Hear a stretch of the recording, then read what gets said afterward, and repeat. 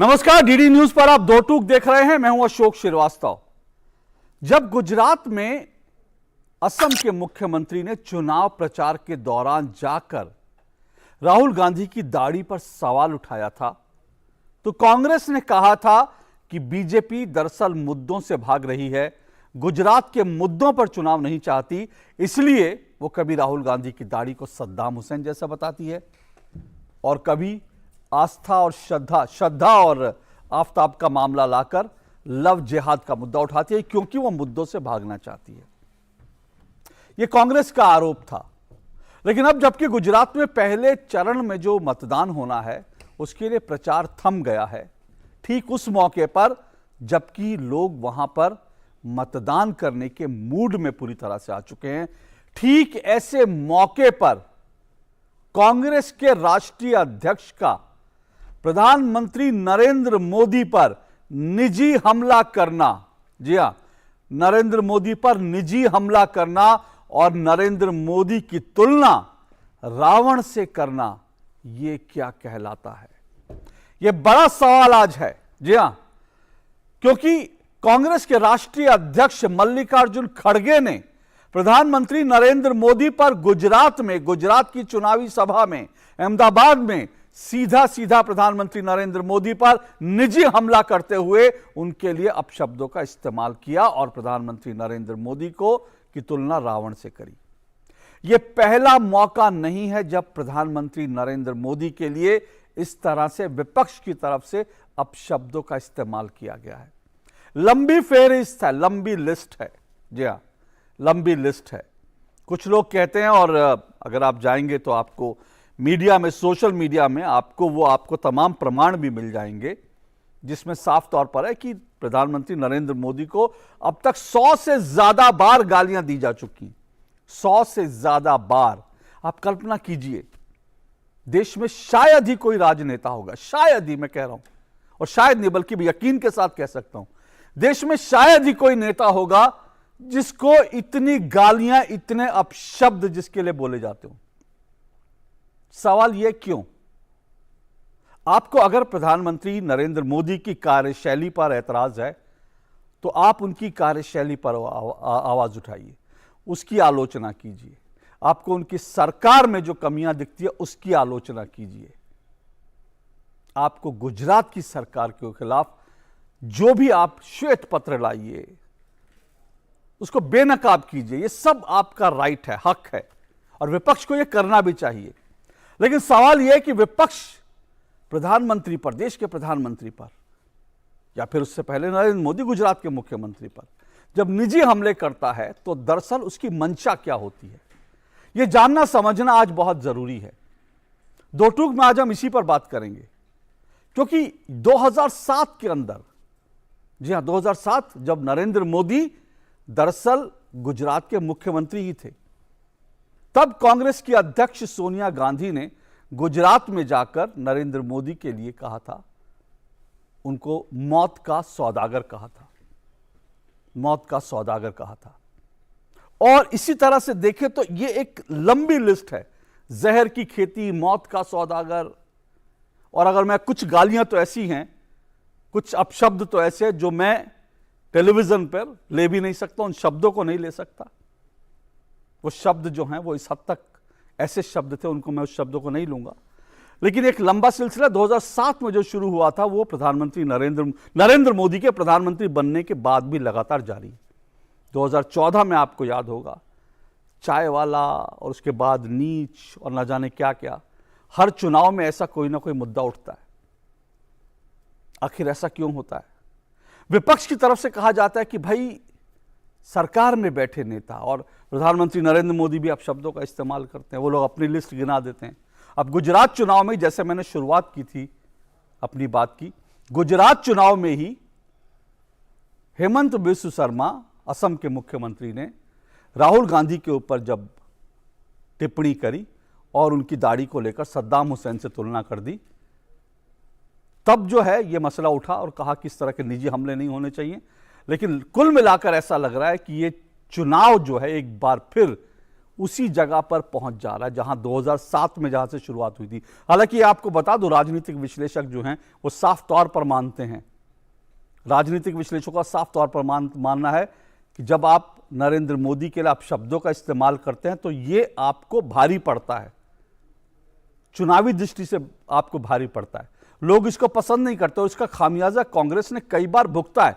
और इस बार अगर आप चुनाव प्रचार देखेंगे तो इस बार दरअसल कांग्रेस ऐसा करने से बच रही थी, निजी हमले नहीं कर रही थी, लेकिन अचानक चुनाव प्रचार का अंत होते होते आखिर ऐसी क्या जरूरत पड़ी कि मल्लिकार्जुन खड़गे पहले नरेंद्र मोदी के लिए कहते हैं कि झूठों के बादशाह हैं और उसके बाद अब उनकी तुलना रावण से कर देते हैं। कुछ लोग कह रहे हैं कि यह भी एक तरह से ध्रुवीकरण की कोशिश है। क्या ऐसा है या फिर दरअसल ये क्या चल रहा है चुनाव को, इसी सब पर आज चर्चा करेंगे। लेकिन इससे पहले कि आगे बढ़ें, आइए मेरी ये रिपोर्ट देखिए।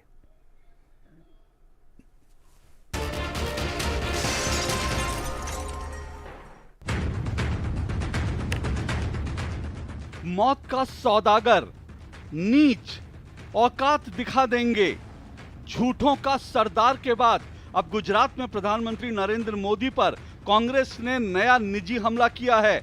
और प्रधानमंत्री पर यह नया हमला किसी और ने नहीं बल्कि कांग्रेस के राष्ट्रीय अध्यक्ष मल्लिकार्जुन खड़गे ने किया। अहमदाबाद में मल्लिकार्जुन खड़गे ने नरेंद्र मोदी पर हमला करते हुए प्रधानमंत्री नरेंद्र मोदी की तुलना रावण से कर दी। अरे आप तो प्रधानमंत्री हो, आपको काम दिया गया है, वो काम करो। वो छोड़ के municipal corporation election, MLA election, खैर एमपी इलेक्शन, उनको प्राइम मिनिस्टर बनना है तो फिरते रहते हैं, लेकिन हर वक्त अपनी ही बात करते हैं। आप किसी को मत देखो, मोदी को देखकर वोट दो। अब भाई तुम्हारे को तुम्हारी सूरत कितनी बार देखना, कॉर्पोरेशन में भी तुम्हारी सूरत देखना, एमएलए इलेक्शन में तुम्हारी सूरत देखना, एमपी इलेक्शन में भी तुम्हारी सूरत देखना, हर जगह कितने हैं भाई? क्या आपके रावण के जैसा 100 मुख है क्या है? प्रधानमंत्री की तुलना रावण से करने वाले मल्लिकार्जुन खड़गे के बयान पर भाजपा ने तीखी प्रतिक्रिया जताई।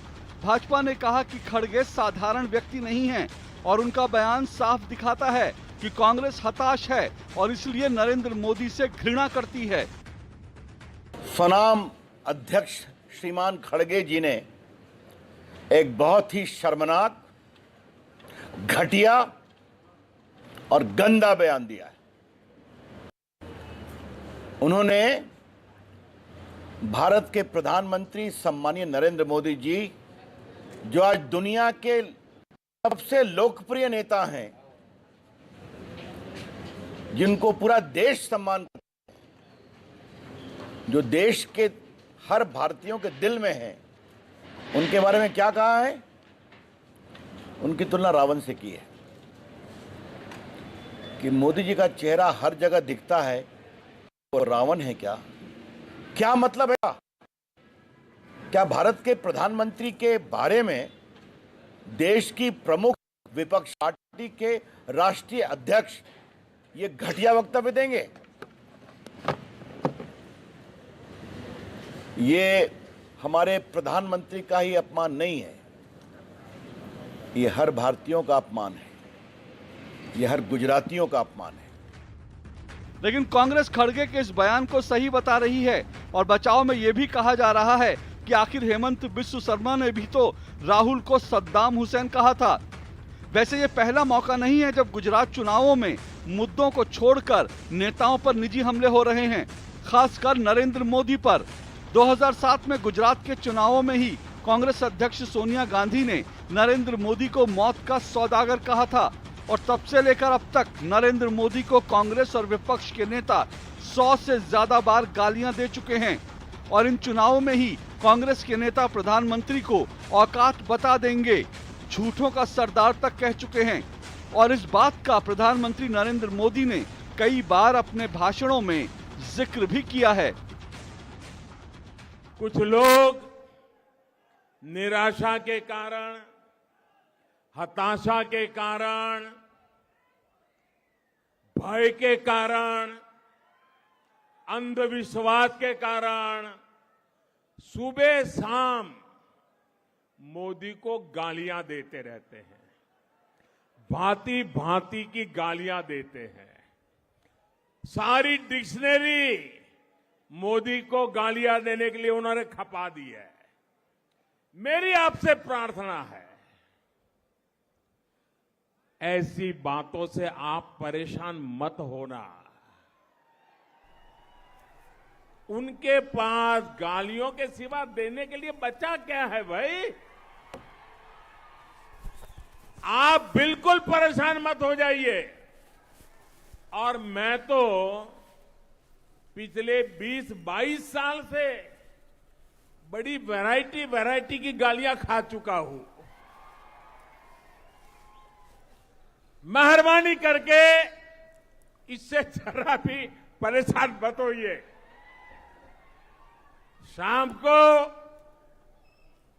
उन गालियों को, उस पर बड़ी हंसी मजाक कीजिए, बढ़िया चाय पीजिए और दूसरे दिन सुबह कमल खिलने वाला है, ये इस खुशी में आगे बढ़िए।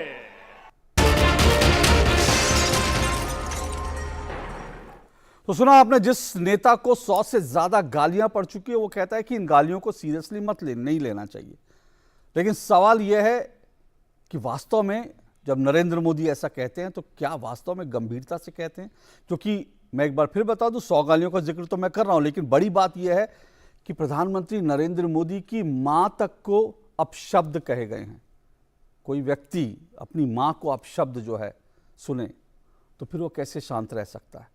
लेकिन नरेंद्र मोदी भले ही कहें सीरियसली लेने की जरूरत है, लेकिन राजनीति में ये जो स्तर गिर रहा है, जिस तरह से प्रधानमंत्री को या फिर किसी भी नेता को इस तरह के जब अपशब्द कहे जाते हैं तो उस पर चर्चा तो होनी चाहिए। इसीलिए आज मेरा सवाल दो टूक का सीधा है। दो टूक में मेरा आज का सवाल, जिसमें आज की इस चर्चा को मैं आगे बढ़ाऊंगा, वो आपके सामने। आज दो टूक में मेरा सवाल, गुजरात में मुद्दों की लड़ाई क्यों एक बार फिर मोदी के अपमान पर आई? जी हां, मेरा आज का सवाल, गुजरात में मुद्दों की लड़ाई क्यों एक बार फिर मोदी के अपमान पर आई? यह मेरा सवाल है और उस पर चर्चा करने के लिए मेरे साथ 4 मेहमान जो हैं वो जुड़ चुके हैं। आइए चारों मेहमानों का एक एक करके परिचय करवा दूं। मेरे साथ डॉक्टर सैयद नासिर हुसैन जी जुड़ चुके हैं, कांग्रेस के प्रवक्ता हैं, कांग्रेस के सांसद हैं डॉक्टर सैयद नासिर हुसैन जी। मेरे साथ संजू वर्मा जुड़ चुकी हैं, बीजेपी की राष्ट्रीय प्रवक्ता हैं संजू वर्मा। अवधेश कुमार जी मेरे साथ जुड़े हुए हैं, वरिष्ठ पत्रकार हैं, स्तंभकार। और मेरे साथ बृजमोहन दुग्गल जुड़े हैं, इलेक्शन एडवाइजर के संस्थापक हैं, वरिष्ठ पत्रकार हैं। चारों मेहमानों का बहुत बहुत शुक्रिया और स्वागत। डॉक्टर सैयद नासिर हुसैन, मैं आप ही से शुरू करता हूँ। कांग्रेस को शिकायत थी कि भाई मुद्दों पर बात होनी चाहिए, अब मुद्दों पर अब बात होते होते रावण कहाँ से आ गए?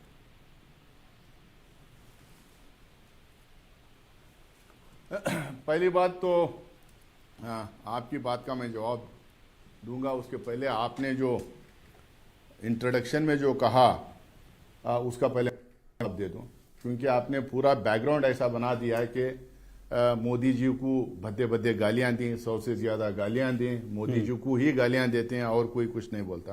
आपने तो मोदी जी कैसे कैसे गालियां दी हैं, कैसे कैसे वर्ड्स इस्तेमाल किए हैं दूसरे राजनेताओं को, उसकी भी तो लिस्ट निकालना चाहिए आपको, वो भी तो लिस्ट आपको बताना चाहिए। उन्होंने जर्सी कऊ कहा, हाइब्रिड काफ कहा, कांग्रेस की भोगती हुई नेता बोला, 50 करोड़ की गर्लफ्रेंड बताया, चंगेज खान की औलाद बताया, नाइट वॉचन बताया, नाली की कीड़ा बताया, देहाती औरत बताया, बार वाला बताया, इटाली से आई भी सफेद चमड़ी, व्हाइट स्किन इन इटैली बताया, पप्पू बताया, रामजादा वर्सेस हरामजादा उनकी पार्टी वाले बताए, शहजादा बताए, भ्रष्टाचारी बताए, चोर बताए, पता नहीं क्या क्या लंबी लंबी गालियां जो है, गालियां और वर्ड मोदी जी ने भी इस्तेमाल किया, उनकी पार्टी वाले भी इस्तेमाल किए। पहले ये जब आप इंट्रोडक्शन देते हैं तो एक तरफा इंट्रोडक्शन मत दीजिए कि बताइए कि ये भी जो है लोग दूसरी तरफ से बोला है। एक पॉइंट नंबर 2, आपने बताया मुद्दों की कमी नहीं।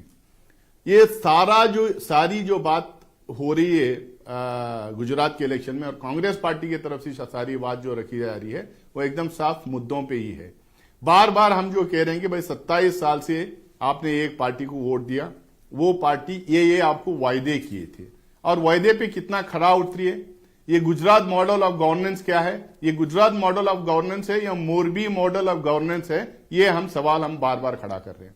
आप कैसा वहां पे अनएम्प्लॉयमेंट इतना ज्यादा रह गया, कैसा लोगों को अभी पक्के मकान नहीं मिले, कैसा लोग गरीबी रेखा के नीचे वहां लगातार जा रहे हैं, कैसा 5 लाख वैकेंसीज वहां पे हैं, कैसा वहां पे 28,000 टीचर्स की बहाली करना है, कैसा 19,000 वहां पे क्लासरूम्स बनना है, ये तमाम चीज लगातार हम सवाल पूछ रहे हैं। उसमें जब मोदी जी जाके कहते हैं कि मेरे चेहरा देख के वोट दीजिए, मेरे नाम पे वोट दीजिए, और जब बोलते हैं कि वो भाजपा के 27 साल, जिसमें वो भी मुख्यमंत्री कई बार थे, तो भाजपा के 27 साल के शासन के बारे में जब बात नहीं करते, उनकी उपलब्धियां जो है बताते नहीं है, वो क्या वायदे किए थे और कितना पूरा किए उसके बारे में बताते नहीं। जब वो कहते हैं कि मेरा चेहरा देख के वोट दीजिए, तो जाहिर सी बात सवाल तो खड़ा होगा कि भाई आप कॉर्पोरेशन इलेक्शन में आपने चेहरा देखकर उनका चेहरा देख के वोट दें, पार्लियामेंट इलेक्शन में उनका चेहरा देख के वोट दें, असेंबली इलेक्शन में उनका चेहरा देख के वोट दें, जिला परिषद के इलेक्शन में उनका चेहरा देख के वोट दें।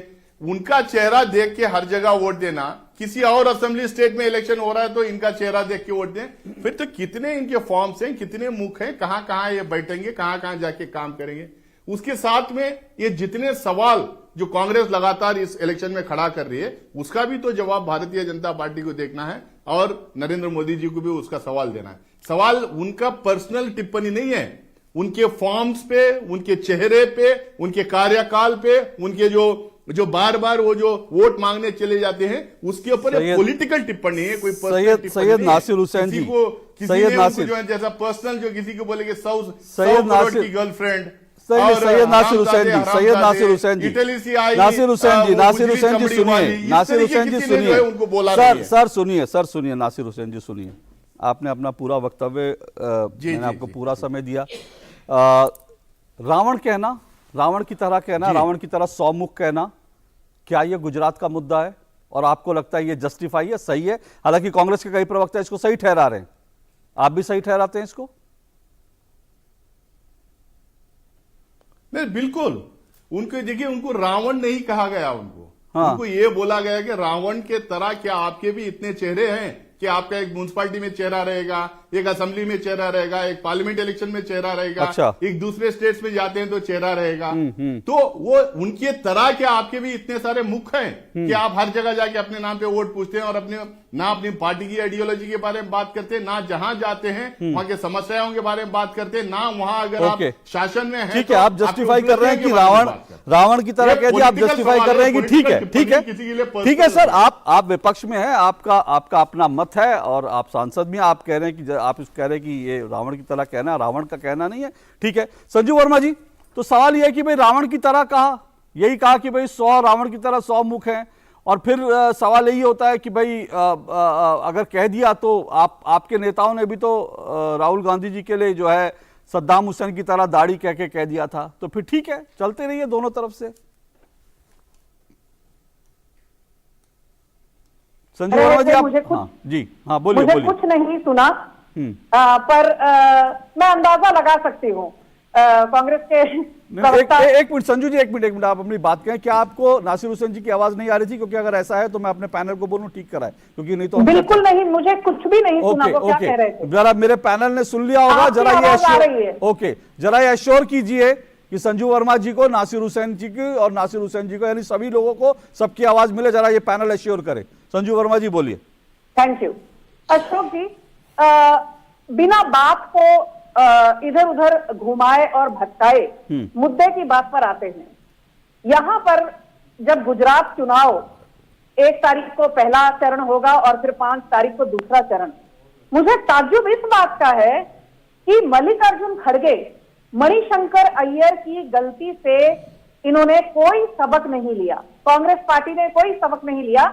मुझे पता है कि आपके दर्शकों को भली भांति जानकारी होगी, पर फिर भी मैं याद दिलाना चाहती हूं, मणिशंकर अय्यर ने कहा था यदि ये नीच चाय वाला इलेक्शन जीतकर प्रधानमंत्री बन जाए तो मैं राजनीति छोड़ दूंगा।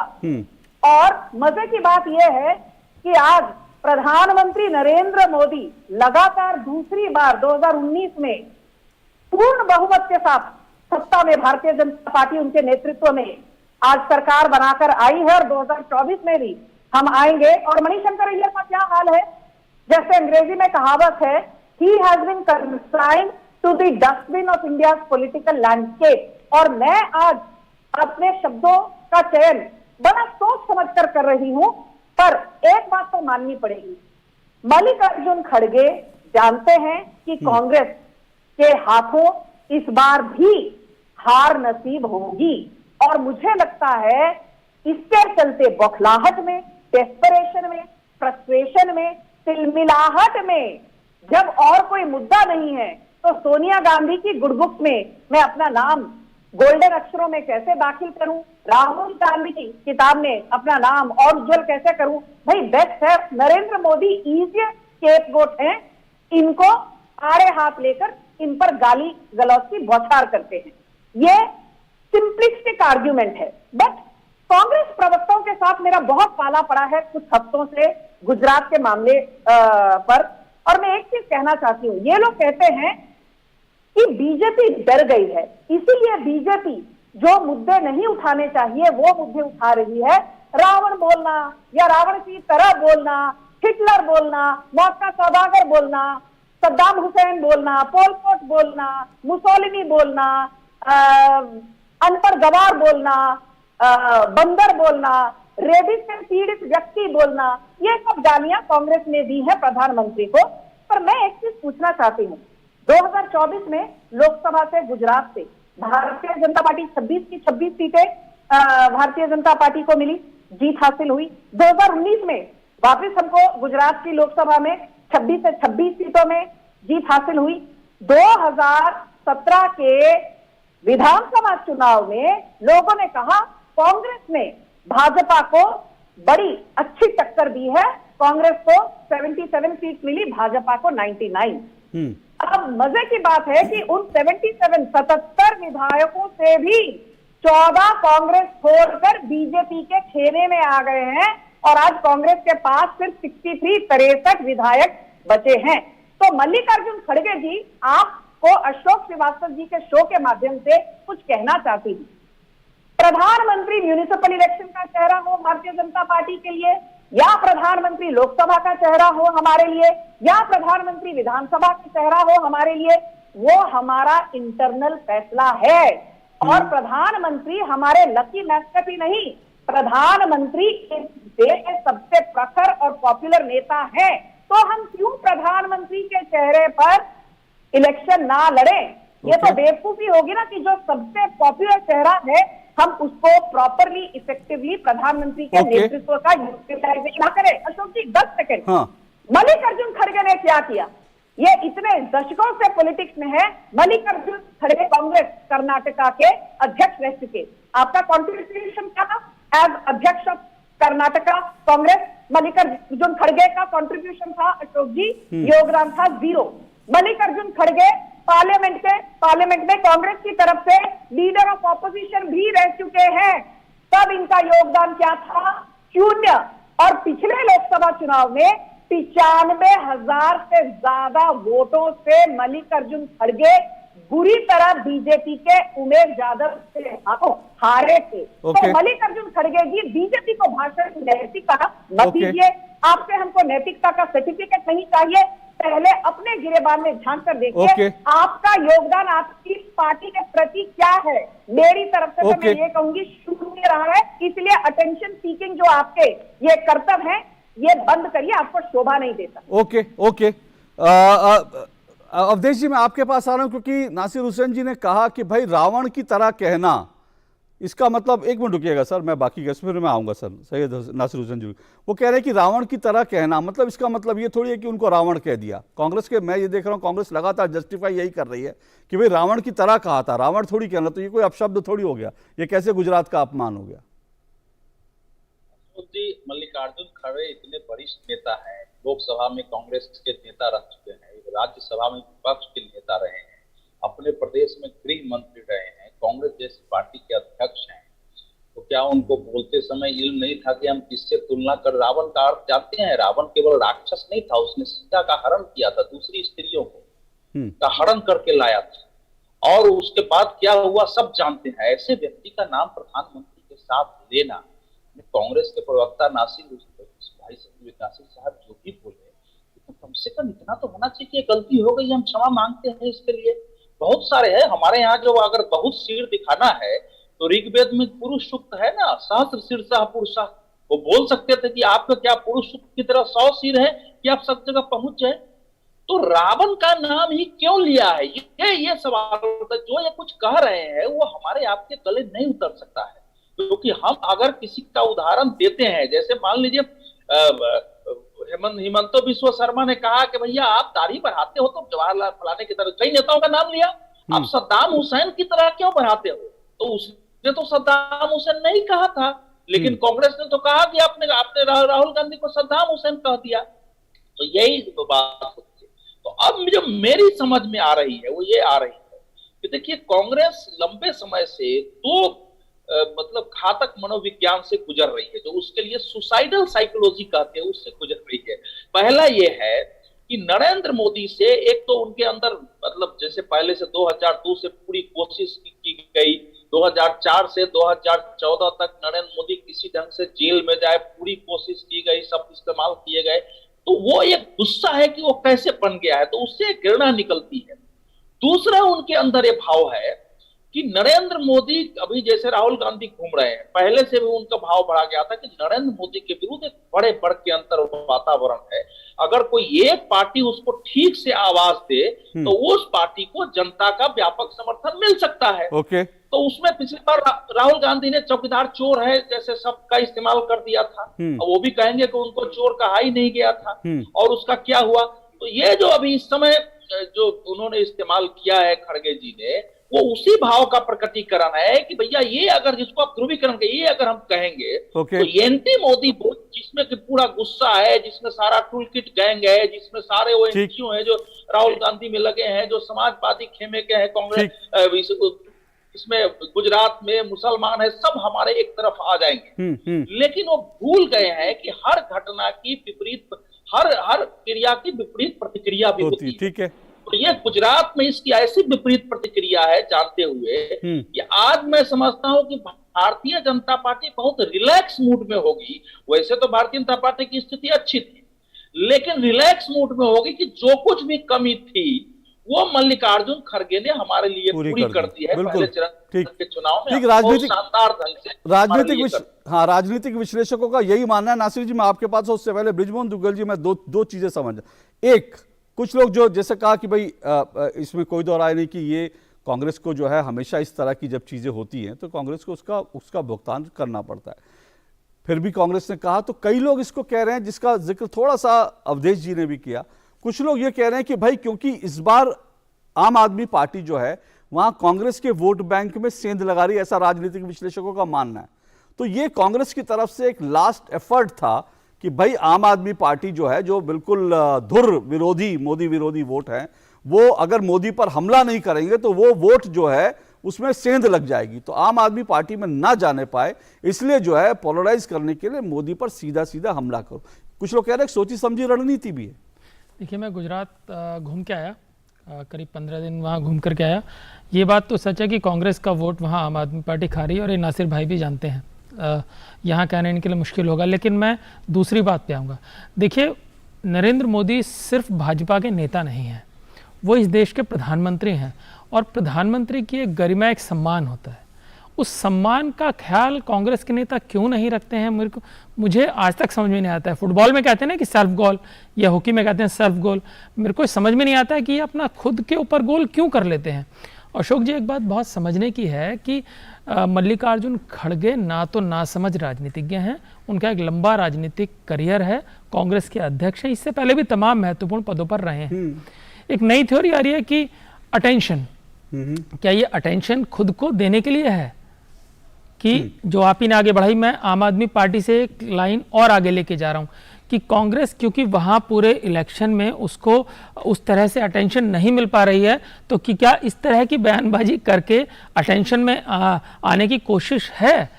लेकिन मुझे बहुत हैरानी हो रही है, मुझे समझ में नहीं आ रहा है कि ऐसा कांग्रेस करती क्यों है। और एक और बात अशोक जी, यदि हम लोगों से कोई गलती हो जाती है ना, तो उस गलती को स्वीकार कर लेना चाहिए, उसको डिफेंड नहीं करना चाहिए।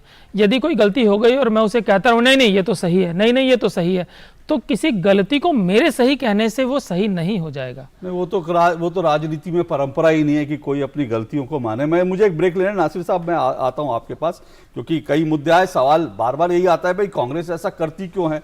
तो एक थ्योरी है कि भाई कांग्रेस की एक रणनीति है, दूसरी थ्योरी ये कहती है कि भाई कांग्रेस ने एक बार फिर से सेल्फ गोल कर लिया। एक्चुअल में क्या है कि कांग्रेस इस तरह के सेल्फ गोल कर लेती है। मैं आता हूं इस पर, लेकिन इस ब्रेक के बाद। REC unleashes the potential of energy. REC funds energy. Funding that catalyzes. Funding that inspires. Funding that transforms. For sustainability and reliability. For investment and development. Adding value every day in every way. This is what our energy is. This is REC.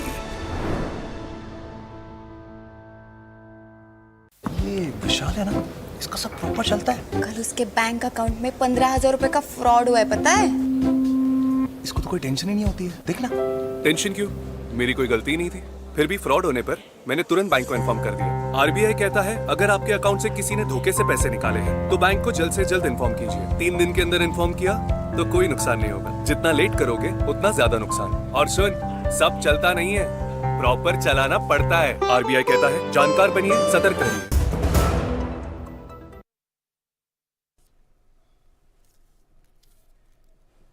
दो टूक आप देख रहे हैं। दो टूक में हम चर्चा कर रहे हैं कि प्रधानमंत्री का अपमान और गुजरात में घमासान। एक बार फिर जो है प्रधानमंत्री नरेंद्र मोदी पर एक सीधा सीधा हमला किया है, और सीधा हमला किसने किया है? वो मल्लिकार्जुन खड़गे ने किया है।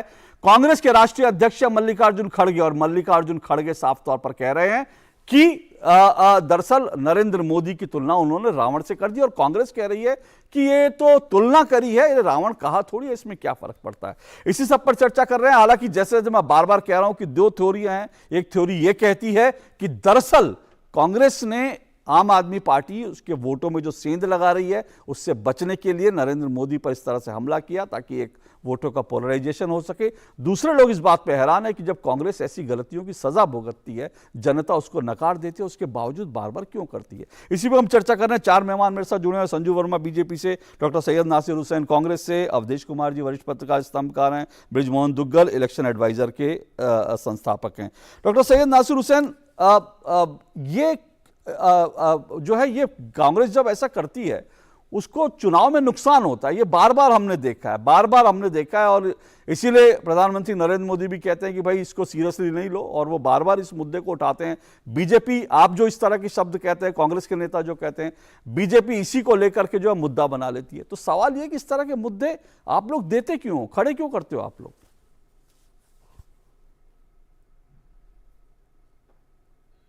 पॉइंट्स में, क्योंकि 3 लोग ने मेरे से पहले बात रखी है तो मुझे थोड़ा जवाब देना चाहूंगा। एक तो पहले भाजपा के स्पोक्स पर्सन ने कहा कि ये हमारा इंटरनल मैटर है, हम चाहे कॉर्पोरेशन इलेक्शन में मोदी जी का चेहरा लेके जाएं, असेंबली में लेके जाएं, पार्लियामेंट में लेके जाएं। तो जाहिर सी बात है, हम लोगों ने जितना भी पॉलिटिक्स को फॉलो किया है, जितना भी पॉलिटिकल कैंपेनिंग हम लोगों ने देखी है, लोग जाके वोट मांगते हैं अपनी आइडियोलॉजी के लिए, वोट मांगते हैं अपनी पार्टी के सिद्धांतों के लिए, वोट मांगते हैं अपनी पार्टी के नाम पे। अब कोई शख्स, कोई भी हो, प्रधानमंत्री हो या चीफ मिनिस्टर हो या कोई बड़ा नेता किसी भी पार्टी का, वो जाके कहता है कि मेरा चेहरा देख के देखो, कॉर्पोरेशन में, जिला परिषद में, असेंबली में, पार्लियामेंट में, अगर उनका चेहरा देख के लोग नासिर हुसैन जी, आपको मैं रोक रहा हूं इसलिए एक मिनट। नासिर हुसैन जी, एक मिनट। मेरी बात सर एक मिनट नहीं, मेरी बात सुनिए। अरे बाबा, आपकी बात ही होगी, मैं आपकी बात रोक नहीं रहा हूं, क्योंकि आपने ये लाइन दूसरी बार रिपीट करी, इसीलिए क्योंकि मैंने कई सभाएं की, मुझे तो ये कहीं सुनाई नहीं दिया कि नरेंद्र मोदी ये कहे कि मेरा चेहरा देख के वोट दो। ये लाइन आपने कहां से लिया? अगर आप कोट कर देंगे, बता देंगे कौन सी सभा में, तो फिर मुझे थोड़ा सा आसानी हो जाएगी, दर्शकों को भी आसानी हो जाएगी। अशोक जी, नहीं, अशोक जी, एक तो पहले आप इंटरप्ट मत कीजिए। आप किसी और को इंटरप्ट नहीं किया था, मुझे भी नहीं सर, मैंने सिर्फ एक जानकारी के तौर पर कहा आपको। दूसरा जो है, आपको पूरा समय दूंगा। नहीं, प्लीज आप पूरा समय दीजिए। ये एक तो 85 जगह बोले उन्होंने जाके वहां पे गुजरात में क्या बोला? गुजरात मैंने बनाया है, गुजरात मैंने बनाया है। उन्होंने बोला है, नहीं बोला? आप सुना ही नहीं है, आप ये चीजें कैच नहीं करते हैं। सर मैंने कैच करी, अब मैं बोलूंगा इसका जवाब दूंगा तो आप कहेंगे टोक रहे, आप अपनी बात पूरी कर लीजिए, फिर मैं इसका जवाब देता हूं। उन्होंने गुजरात मैंने बनाया है, बोलिए। हाँ। उन्होंने नहीं, मेरी बात होने के बाद जवाब दीजिए। हाँ बिल्कुल बिल्कुल, ठीक है, मेरी बात होने के बाद जवाब दीजिए। गुजरात मैंने बनाया है, आपने गुजरात बनाया है, और आपके गुजरात में खामियां हैं, और आपके गुजरात में आपने जो वायदे किए थे वो वायदे पूरे नहीं हो रहे हैं। आपने जितना गुजरात मॉडल ऑफ गवर्नेंस की बात की है उसमें खामियां हैं। हम तो सवाल खड़ा करेंगे ना, अगर आप किसी भी स्टेट में जाके अपने नाम पे वोट मांगते हैं तो अपने नाम पे वोट अगर मांगते हैं तो वहां की सरकार अगर काम नहीं करती, फेल होती, विफल रह जाती, तो फिर आप ही को सवाल हम पूछेंगे ना। और बार बार ये जो अभी बीजेपी के स्पोक्स पर्सन कह रहे थे हमें पिछली बार 77 सीट मिले थे, 14 उसमें भाजपा में चले गए। हिंदुस्तान में बहुत सारी जगह बहुत सारी पार्टियों से भाग के गए थे। क्यों भाग के गए थे? क्यों सरकार गिरी थी महाराष्ट्र में? क्यों गोवा में सरकार बन नहीं पा रही थी? क्यों राज्यसभा में टीडीपी के एमपीस भाजपा में चले गए थे?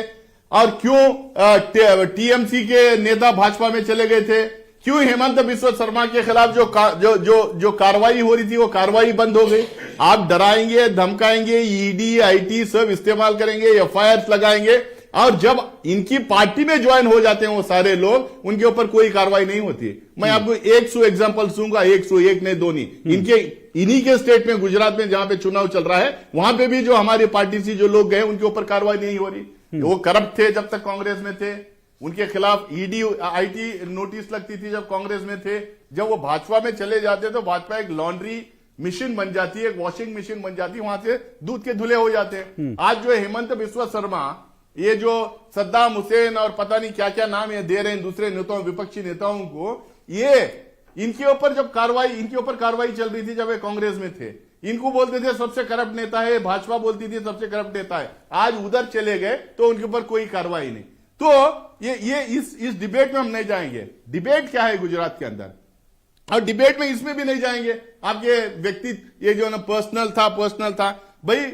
अभी पत्रकार साहब, 2 साहब जो बैठे हैं उसमें एक साहब ने कहा कि ये देश के प्राइम मिनिस्टर है, सब मानते हैं देश के प्राइम मिनिस्टर है, उनकी गरिमा के बारे का ख्याल रखते हुए उनके बारे में टिप्पणी करना। भाई देश के प्राइम मिनिस्टर जब अपनी गरिमा भूल के दूसरे अपोजिशन के नेताओं के बारे में भद्दी टिप्पणी करते हैं, जर्सी काऊ बोलते हैं, 100 करोड़ गर्लफ्रेंड बोलते हैं, विदेशी उजली चमड़ी वाली करके बोलते हैं, खबरस्तान वो पता नहीं क्या क्या सब ये बोलते हैं, जब उनकी गरिमा का ख्याल नहीं रहता प्रधानमंत्री को या भारतीय जनता पार्टी के। ओके संजू जी, आ रहा हूं संजू जी। तो अभी मुद्दे क्या है गुजरात में, वो मुद्दे मैं वो मुद्दे आपको बता चुका हूं, गिन चुका हूं। ये मुद्दे हम लोगों ने पब्लिक डोमेन में हर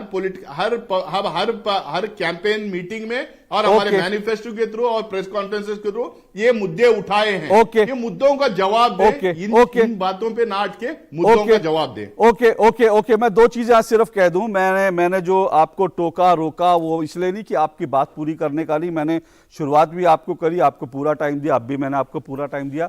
मैंने सिर्फ आपसे सवाल पूछा था क्योंकि आपने 2 बार एक लाइन कही, आपने कहा प्रधानमंत्री नरेंद्र मोदी जाके कहते हैं मेरे चेहरे पे वोट दो। मैंने सिर्फ ये सवाल पूछा कि भाई उन्होंने कब कहा, क्योंकि मैंने नहीं सुना। हाँ, आपने ये कहा कि प्रधानमंत्री नरेंद्र मोदी ने नारा दिया ये गुजरात मैंने बनाया। उसके कुछ वीडियो हैं नासिर हुसैन जी, मैंने उन वीडियो को देखा क्योंकि ये आरोप पहले लगा था। उन वीडियो को मैंने बड़े करीब से देखा। उन वीडियो में नरेंद्र मोदी गुजरात की जनता से, जो ऑडियंस आती है उससे कहते हैं ये गुजरात किसने बनाया बोलो, तो ऑडियंस बोलती है जी ये गुजरात मैंने बनाया। ऑडियंस बोलती है, नरेंद्र मोदी पूछते हैं ये गुजरात किसने बनाया, ऑडियंस कहती है, गुजरात की जनता कहती है ये गुजरात मैंने बनाया। इसलिए मैंने पूछा था। दूसरी बात सर, आपने शुरू में ही कहा, 1 मिनट संजू जी, मैं सिर्फ यहां कुछ चीजें क्लैरिफाई कर रहा हूं। आपने शुरू में कहा कि भाई इतनी सारी, 1 minute Nasir Hussain ji, 1 minute please sir, आपको पूरा टाइम दिया, आप मुझे भी सुन लीजिए। आपने शुरू में कहा बाकी सब मुद्दे, भाई नासिर हुसैन जी म्यूट पे क्यों है मुझे समझ में नहीं आ रहा। नासिर हुसैन जी 1 मिनट रुकिए सर, 1 मिनट रुकिए नासिर हुसैन जी, मैंने आपको पूरा समय दिया, उसके बावजूद आप मुझे सुनने को तैयार नहीं है सर, ऐसी क्या बात हो गई। नहीं, मेरे से भी सवाल ले लीजिए। हाँ बोलिए, सवाल बोलिए। नहीं अशोक जी, मेरे से भी एक आप सवाल ले लीजिए। आपने तो आप जो है प्रधानमंत्री के ओर से आपने सफाई दे दी, आपने सफाई दे दी। मैं उसका एक काउंटर सवाल करना चाह रहा हूं, आप मेरे सवाल का जवाब दे दीजिए। बोलिए बोलिए बोलिए, काउंटर सवाल कीजिए। अशोक जी, ये एक मिनट में आ रहा हूं, संजू जी एक मिनट, नरेंद्र मोदी संजू जी आइए, उनको संजू जी एक मिनट ये रुकिए क्या आप। तरीका है अशोक जी? नहीं एक मिनट रुकिए संजू जी, आपको मौका दूंगा, एक मिनट। वो मेरे से काउंटर सवाल करना चाहते हैं, कोई बात नहीं, एक मिनट संजू जी प्लीज। अशोक जी, भाजपा को डिबेट में बोलने का हक नहीं है? अरे बिल्कुल है संजू जी, आपको पूरा टाइम दूंगा, एक मिनट। काउंटर सवाल कीजिए सर, 30 सेकंड में अपना। नासिर हुसैन जी जी, आपने बोला कि मोदी जी ने पूछा कि गुजरात कौन बनाया है, तो जनता बोली कि मैं बनाया हूं। जनता बोली मैं बनाया हूं, जनता बोली मोदी बनाए हैं। नहीं सर ओके सर, मैं इस डिबेट के बाद वो वीडियो आपको भेजता हूं। क्या बोले? ओके सर, ठीक है ओके सर, मैं इस डिबेट के बाद वो वीडियो आपको भेजता हूं। जनता क्या बोली बताइए ना सर। जनता बोली ये नहीं, जनता ने ये नहीं बोला मोदी ने बनाया। सर सुनिए, जनता ने बोला ये गुजरात मैंने बनाया है। नरेंद्र मोदी ने कहा ये गुजरात किसने बनाया, जनता ने कहा ये गुजरात मैंने बनाया। उन्होंने ये नहीं कहा मोदी ने बनाया, उन्होंने कहा ये गुजरात मैंने बनाया। यानी गुजरात की जनता कह रही है कि ये गुजरात मैंने बनाया। एनीवे, मेरे और आपके बीच डिबेट नहीं है सर, मेरे और आपके बीच डिबेट नहीं है। मैंने सिर्फ जो देखा वो क्लैरिफाई किया। संजू वर्मा जी रिस्पॉन्ड कीजिए, पे जो बैठे हैं संजू वर्मा जी रिस्पॉन्ड कीजिए।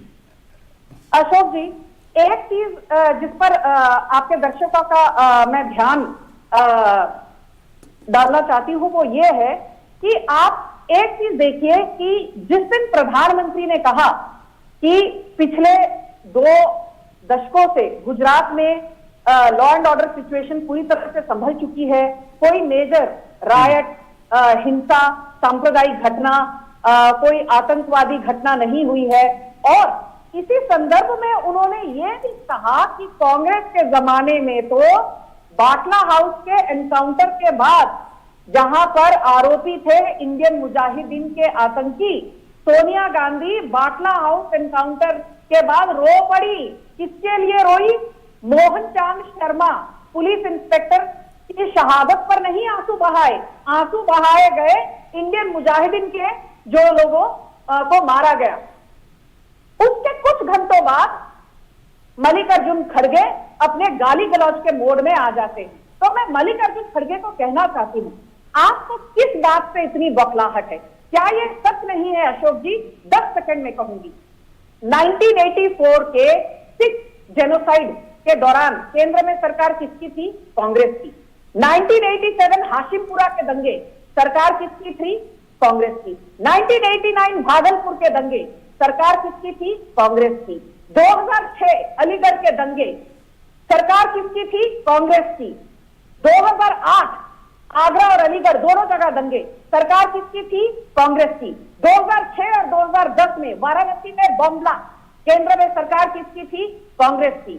2011 में भारतपुर में दंगे, सरकार किसकी थी? केंद्र में कांग्रेस की। 2012 में कोकराझार आसाम में दंगे, सरकार किसकी थी? कांग्रेस की। और 2013 में मुजफ्फरनगर में दंगे, सरकार केंद्र में किसकी थी? कांग्रेस की। तो कांग्रेस का जो इतिहास है वो आतंकी घटनाओं में, सांप्रदायिक दंगों में पूरी तरह से पूर्ण लिपित है। तो संजू जी, ट्रैक रिकॉर्ड इज एबिस्मल, जो बोलते हैं इतना गलत ट्रैक रिकॉर्ड है कि बोलते हुए मैं थक जाऊंगी, पर दंगों तो का संजू जी सिलसिला नहीं संजू जी, यही तो आरोप लग रहा है ना कि आप लोग कभी आतंकवाद ले आते हैं, कभी मोदी जी को आप कहते हैं कि अपशब्द कह रहे हैं। वही तो कह रहे हैं कि आप मुद्दे जो हैं गुजरात के, उससे आप भटक जाते हैं।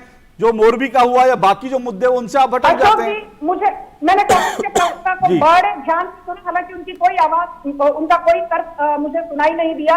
आपकी बात मैंने सुनी और आपके माध्यम से मुझे कुछ अंदाजा लगा वो क्या कह रहे थे।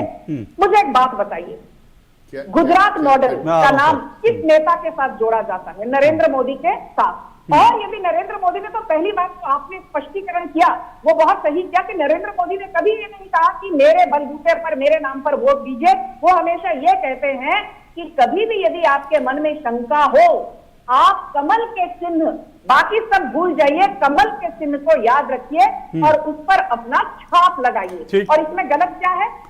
दूसरी बात और सबसे अहम बात, आपको जानकर ताज्जुब होगा, मैंने कुछ डेटा निकाला है। अभी दिसंबर 1 को सौराष्ट्र, कच्छ बेल्ट और साउथ गुजरात, ये 2 इलाकों में वोटिंग होगी। टोटल सीट है 89। आपको तो पता ही होगा, आप वरिष्ठ पत्रकार हैं, 2017 में सौराष्ट्र कच्छ बेल्ट से भाजपा को मिली थी 23 सीटें, कांग्रेस को मिली थी 30 सीटें। जी बिल्कुल, जबकि 2012 ये इलाके में कांग्रेस आगे थी। हाँ, कांग्रेस आगे थी। जबकि 2012 में सौराष्ट्र कच्छ बेल्ट, जो कि 1 तारीख में जहां वोटिंग है, बीजेपी को 2012 में 33 सीटें मिली थी, कांग्रेस को मात्र 16। और कहा जाता है सौराष्ट्र कच्छ बेल्ट कांग्रेस का बैस्टियन है, ये इनका गढ़ है। अरे आप फर्स्ट फेज ऑफ पोलिंग में अपने गढ़ से पहले मल्लिकार्जुन खड़गे ने सेल्फ गोल नहीं, मैं तो कहूंगी फुल टॉस फेंका, और इस फुल टॉस पर नरेंद्र मोदी नहीं, गुजरात की जनता छक्का मारेगी जो स्टेडियम के बाहर जाएगी और कांग्रेस को उसकी औकात दिखाई जाएगी। ओके ओके ओके, औकात जैसे शब्दों नहीं ठीक है, औकात जैसे शब्दों का इस्तेमाल ना करें प्लीज। हाँ, एक मिनट में आता हूँ, 1 मिनट आता हूँ, क्योंकि आपने एक बात कही ना, तो मैं अशोक जी, अच्छा बोलिए जल्दी से बोलिए, फिर मैं नासिर जी 10 सेकंड। हाँ जल्दी से। गुजरात मॉडल की कांग्रेस के नेता बार बार मखौल उड़ाते हैं, तो बता दूं गुजरात सिर्फ 5% है पूरे देश के जनसंख्या में गुजरात का योगदान, पर जीडीपी में गुजरात का योगदान है 8.5%, इंडस्ट्रियल प्रोडक्शन में 20% से ज्यादा, कंट्री के भारत के एक्सपोर्ट में 22% से ज्यादा, और जो सी बोर्न ट्रेड है उसमें गुजरात का योगदान है 40% से ज्यादा। आज चाहे राजकोट में एम्स आ रहा है उसकी बात करें, चाहे जम्मू सागर में C-295 एयरक्राफ्ट बनने की जो फैसिलिटी आ रही है उसकी बात करें, जो राजकोट में एयरपोर्ट आ रहा है उसकी बात करें, या फिर जामनगर में जो वर्ल्ड हेल्थ ऑर्गेनाइजेशन के द्वारा ट्रेडिशनल मेडिसिन की फैसिलिटी आ रही है। ओके सैयद नासिर हुसैन जी, आप लोगों ने एक फुल टॉस दे दी, आप लोगों ने एक फुल टॉस फेंक दी, और जो है उस पर अब छक्का मारने की तैयारी है।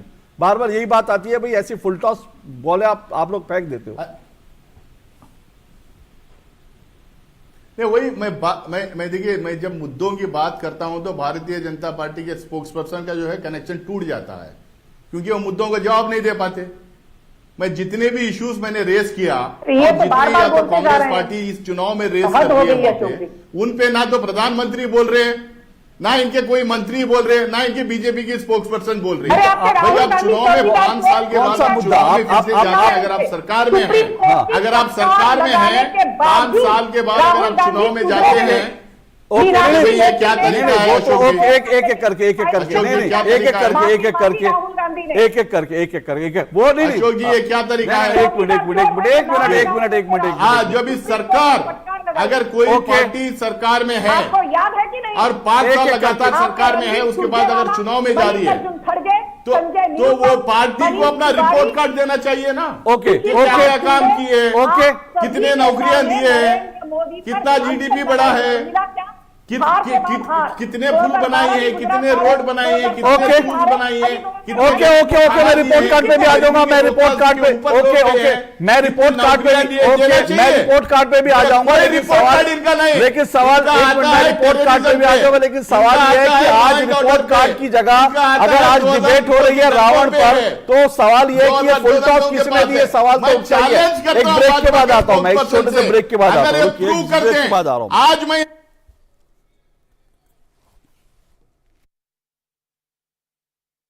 आज तो पार्टी चाहिए, चैंपियन के साथ सेल्फी लेंगे। आइडिया, यही करते हैं पार्टी, पिज्जा पार्टी। ये चल अपना कार्ड और पिन दे। मेरे कार्ड की डिटेल्स मैं खुद ही डालूंगी। आरबीआई कहता है अपना पिन, ओटीपी, सीवीवी या इंटरनेट बैंकिंग पासवर्ड किसी के साथ शेयर ना करें। ऑनलाइन बैंकिंग सिर्फ अपने कंप्यूटर, मोबाइल और सिक्योर नेटवर्क से करें। बाय गर्ल्स, कहाँ जा रही है? सुना नहीं, नो शेयरिंग। आरबीआई कहता है जानकार बनिए, सतर्क रहिए। REC unleashes the potential of energy. REC funds energy. Funding that catalyzes. Funding that inspires. Funding that transforms. For sustainability and reliability. For investment and development. Adding value every day in every way. This is what our energy is. This is REC.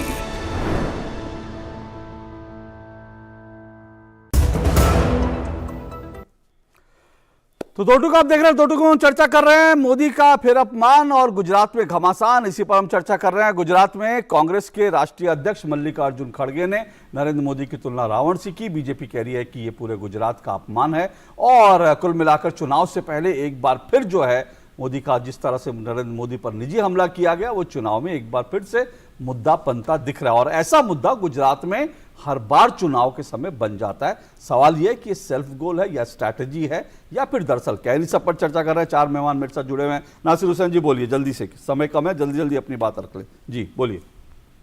अच्छा, मैं यही कह रहा था कि जो है मुद्दे, जितने मुद्दों पे हम लोग बात करने की कोशिश की, जो सवाल उठाने की कोशिश की, ना तो वहां पे इनके नेता उसका जवाब दे रहे हैं, ना तो बीजेपी के स्पोक्स पर्सन टीवी डिबेट में जवाब दे रहे हैं। हम लगातार ये कह रहे हैं कि जब हम मुद्दों की, हम नौकरियों की बात करते हैं, गरीबी की बात करते हैं, डेवलपमेंट की बात करते हैं, स्कूल्स की बात करते हैं, फूड सिक्योरिटी की बात करते हैं, तो ये सीधा आ जाते हैं टेररिज्म के ऊपर, ये सीधा आ जाते हैं लॉ एंड ऑर्डर के ऊपर, ये सीधा आ जाते हैं कश्मीर के ऊपर, ये सीधा आ जाते हैं 2002 के ऊपर। ये हर इन चीजों पे डिबेट करना चाहते हैं क्योंकि हमारा मानना यह है जब आप 5 साल लगातार सरकार में हैं, या तो 27 साल से, आपको पहले अपना रिपोर्ट कार्ड देना चाहिए। और जो भाजपा के स्पोक्स पर्सन जो लगातार ये कह रहे थे कि इंडस्ट्री में बड़ा है, एक्सपोर्ट्स में बड़ा है, मैं तो ये कह रहा हूं, ये आप बोलिए। हमारी सरकार केरला में कई बार थी, हमारी सरकार कर्नाटका में कई बार थी, हमारी सरकार महाराष्ट्र में कई बार थी। आप कितने सोशल इंडिकेटर्स में, डेवलपमेंटल इंडिकेटर्स में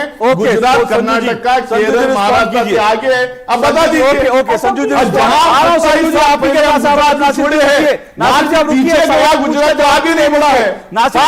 सवाल पूछते जवाब भी लीजिए ना नासिर जी। सवाल आपने करा, नासिर जी आप शांत हो जाइए, जवाब ले लीजिए ना। आप सवाल पूछते हैं उसके बाद जवाब देने का मौका नहीं देंगे, फिर आप कहेंगे सवाल का जवाब देंगे। मेडिकल कॉलेज प्लीज आवाज नीचे कीजिए, सबकी आवाज नीचे कर दीजिए, सबकी आवाज नीचे कर दीजिए, सबकी आवाज नीचे कर दीजिए। ये डिबेट का तरीका नहीं है। नासिर जी आप संसद में है, ये संसद का इसको मत बनाइए प्लीज।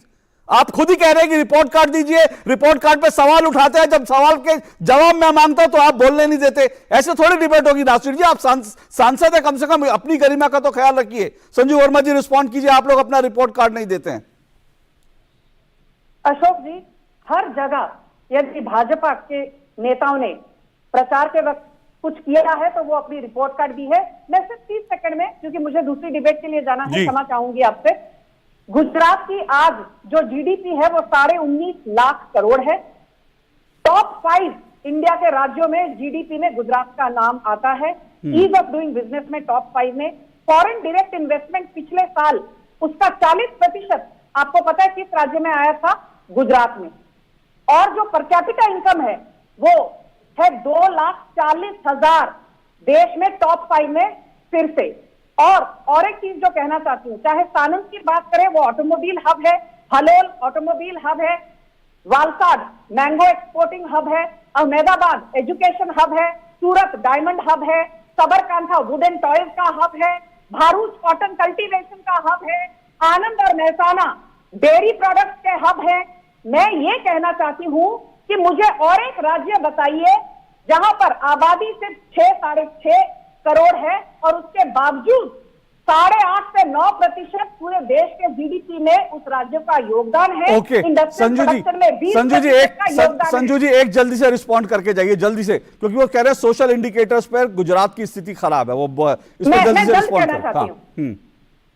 अशोक जी आप कहेंगे कि संजू जी डिबेट की गरिमा रखिए, गरिमा रखना। रुकिए सर, सैयद नसीर हुसैन जी रुकिए प्लीज। एक मिनट, अगर आप चाहते हैं मुद्दों पर बात हो तो एक दूसरे की बात सुन भी लेना। हाँ बोलिए। कांग्रेस के जो नेता हैं, प्रॉब्लम उनकी ये है कि बिना पढ़े लिखे डिबेट पर आते हैं। हाल ही में 3 हफ्ते पहले times of India, Hindu, Hindustan times, statesman में कहा कि इन्फेंट मोर्टेलिटी रेट का नेशनल एवरेज 26 है और गुजरात का एवरेज 23 से कम है। और गुजरात में भावनगर का एवरेज 8 से भी कम है। तो सोशल इंडिकेटर में इन्फेंट मोर्टेलिटी में गुजरात ने जो काम करके दिखाया है वो किसी और राज्य ने नहीं किया। ओके अवधेश जी सवाल ये है कि गुजरात में मुद्दों पर क्या चर्चा हो रही है, गुजरात के मुद्दों पर, या फिर इसी तरह से गुजरात के चुनाव बार बार भावनात्मक मुद्दों पर चले जाते हैं? अवधेश जी। सवाल यह है कि क्या गुजरात के मुद्दे केवल कांग्रेस तय करेगी या कांग्रेस या विपक्ष जो कहेगी भाजपा उसी पर जवाब दे? तो भाई चुनाव में जीतने की रणनीति होती है, चुनाव भी एक अहिंसक युद्ध है, उसमें जीत और हार की रणनीति होती है। तो कांग्रेस अपना जो सवाल करती है बीजेपी उसका जवाब देगी या बीजेपी उस रणनीति पर काम करेगी जिससे चुनाव जीता जाता है? तो बीजेपी उस रणनीति पर काम कर रही है और ऐसा नहीं है कि जवाब नहीं दिया जाता है। आप देख सकते हैं उनके मैनिफेस्टो आए हैं, सारे आंकड़े वो डाल रहे हैं, वो है। लेकिन कांग्रेस की समस्या ये है कि कांग्रेस को यही नहीं पता है कि चुनाव जीतने के लिए हमको कौन सी रणनीति अपनानी चाहिए। सवाल है कि जो प्रश्न यहाँ उठा रहे हैं नासिर हुसैन साहब, यही प्रश्न मल्लिकार्जुन खड़गे उठाने की बजाय नरेंद्र मोदी पर क्यों चले गए? नरेंद्र मोदी को तो मुद्दा कांग्रेस बनाती है। नरेंद्र मोदी को चाहे वो शब्दों का प्रयोग करके हो, सारा नासिर जी प्लीज आप रुकिए। नासिर जी मैं आपको पूरा समय, सबसे ज्यादा समय आपको दिया, आप कंटिन्यू बोल रहे हैं, किसी को नहीं बोलने दे रहे sir. Nasir ji please please, Nasir ji please, Nasir ji दूसरे लोग बोल रहे हैं प्लीज। भाई कांग्रेस हर चुनाव में अटैक करेगी नरेंद्र मोदी पर और कहेगी नरेंद्र मोदी मुद्दा क्यों है। तो ये तो कांग्रेस की भूल है, वो समझ नहीं पा रहे हैं कि हम कहां भूल कर रहे हैं। तो जाहिर है नासिर हुसैन साहब जो बता रहे हैं कि सोशल इंडिकेटर बताओ, फलाना बताओ, तो ये जाकर के गुजरात में बहस करें ना। मंच से तो आपका जब मैनिफेस्टो जारी होगा तो कोई कहेगा मोदी को औकात नजर आ जाएगी। हम जो स्टेडियम का नाम है वो बदल करके पटेल रख देंगे, नरेंद्र मोदी का नाम हटा देंगे। तो इसलिए सवाल है कि नरेंद्र मोदी को स्वयं कांग्रेस मुद्दा बनाती है और स्वयं परेशान वो होती है और मुद्दा बना करके ऐसे शब्द बोलती है तो देश को भी आपत्तिजनक लगता है। ब्रिज जी क्या कुल मिलाकर ये चुनाव जो है मुद्दों पर लड़ना जो है किसी भी पार्टी के लिए मुश्किल होता है क्या? क्योंकि आप इलेक्शन एडवाइजर से जुड़े इसलिए मैं पूछ रहा हूँ। देखिए लोकतंत्र की एक यार नासिर जी की आवाज जरा दे दीजिए, मैं सुन नहीं पा रहा हूं। नासिर जी आपको मैं रिक्वेस्ट कर रहा हूं प्लीज थोड़ा रुक जाइए, सब लोगों को अपनी बात कहने दीजिए सर। यहां पर 4 गेस्ट थे सर, मैंने आपको पूरा समय दिया। बोलिए मुझे 30 सेकंड, मैं आप 30 सेकंड जल्दी बोलिए, 30 सेकंड 10 सेकंड दीजिए। बोलिए मैं इनको सवाल करना चाहता हूं। मैं ये हमारे वरिष्ठ पत्रकार साहब अभी जो भाजपा के स्पोक्सपर्सन नहीं सर, ये तरीका नहीं सर, ये तरीका नहीं, ये तरीका नहीं। खड़गे साहब के स्पीचर सुना इन्होंने? सर ये तरीका नहीं, ये तरीका नहीं, इन्होंने सुना मल्लिकार्जुन खड़गे साहब के स्पीचर? ये इनको पता ही नहीं क्या बोला खड़गे साहब ने। सर नहीं सर, ये तरीका नहीं, ये तरीका नहीं। आप किसी नहीं सर, आप वही कर रहे हैं जो मल्लिकार्जुन खड़गे कर रहे हैं। आप बहस छोड़ के निजी हमले कर रहे हैं, इसकी इजाजत मैं नहीं दूंगा। ब्रिज जी आप अपनी बात कंप्लीट कीजिए, ब्रिज जी आप अपनी बात कंप्लीट कीजिए, ब्रिज जी आप बोलिए। क्या निजी हमले हम देख रहे हैं टेलीविजन डिबेट से लेकर के? नहीं नासिर हुसैन जी ऐसे निजी हमले करके नहीं होती डिबेट ना। नासिर हुसैन जी ऐसे निजी हमले मत करिए। अगर वो पत्रकार के तौर पर कह रहे हैं आप उससे सहमत असहमत हो सकते हैं, लेकिन निजी टिप्पणी करके आप क्या हासिल करेंगे यार? उनके स्पीचर्स ये इश्यूज जो ऐसा है आपने सुना है तो मैं यहाँ बैठा हूँ। दोनों को डाउन कर दीजिए, दोनों की आवाज डाउन कर दीजिए, दोनों की आवाज डाउन, ब्रिज आप दोनों की आवाज डाउन कर दीजिए प्लीज, दोनों की आवाज। ब्रिज जी क्या मुद्दों पर नहीं लगता आप पहले दोनों की आवाज डाउन कर दीजिए। पत्रकार की तरह बात सिर्फ ब्रिज जी की आवाज आने दीजिए, सिर्फ ब्रिज जी की आवाज आने दीजिए, सबकी आवाज डाउन कीजिए प्लीज। अशोक जी सारी बातें सबके अपने अपने तर्क हैं और लोकतंत्र में आप पूरी दुनिया में देख लीजिए, चाहे इलेक्शन छोटा हो या बड़ा हो, मुद्दे तो अपनी जगह होते हैं, लेकिन वोट किसी नायक के पीछे जाके जनता देती है। चाहे वो छोटा इलेक्शन हो एमसीडी का, या वो विधानसभा का इलेक्शन हो, या वो लोकसभा का इलेक्शन हो, जनता मुद्दों के साथ साथ ये देखती है कि हमारा लीडर कौन है। और मैं इसको कांग्रेस के खिलाफ या बीजेपी के पक्ष में नहीं बोल रहा हूँ, बीजेपी यही नहीं, और वो इस बात को खुल के कहते भी हैं कि भाई हम हर इलेक्शन, चाहे वो एमसीडी का हो यानी कि स्थानीय स्तर, या वो लोकसभा का हो, हम समान तरीके से लड़ते हैं। वो अपनी पूरी फोर्स के साथ आते हैं, वो मोदी के नाम पर पिछले 8-9 साल से हम देख रहे हैं कि वो लड़ते हैं। तो इसमें कोई नई बात नहीं है कि मोदी का नाम और उनकी फोटो हर जगह प्रकाशित होती है, वो इसको खुल के कहते हैं, वो हर जगह ये बात कहते हैं कि भाई हम तो इलेक्शन ऐसे ही लड़ते हैं। अब मैं कांग्रेस के बारे में सिर्फ एक बात कहूँगा, देखिए इस इलेक्शन को यदि छोड़ दिया जाए तो इस इलेक्शन से पहले राहुल जी का चेहरा और राहुल जी के नाम पर कांग्रेस भी तो इलेक्शन लड़ रही थी।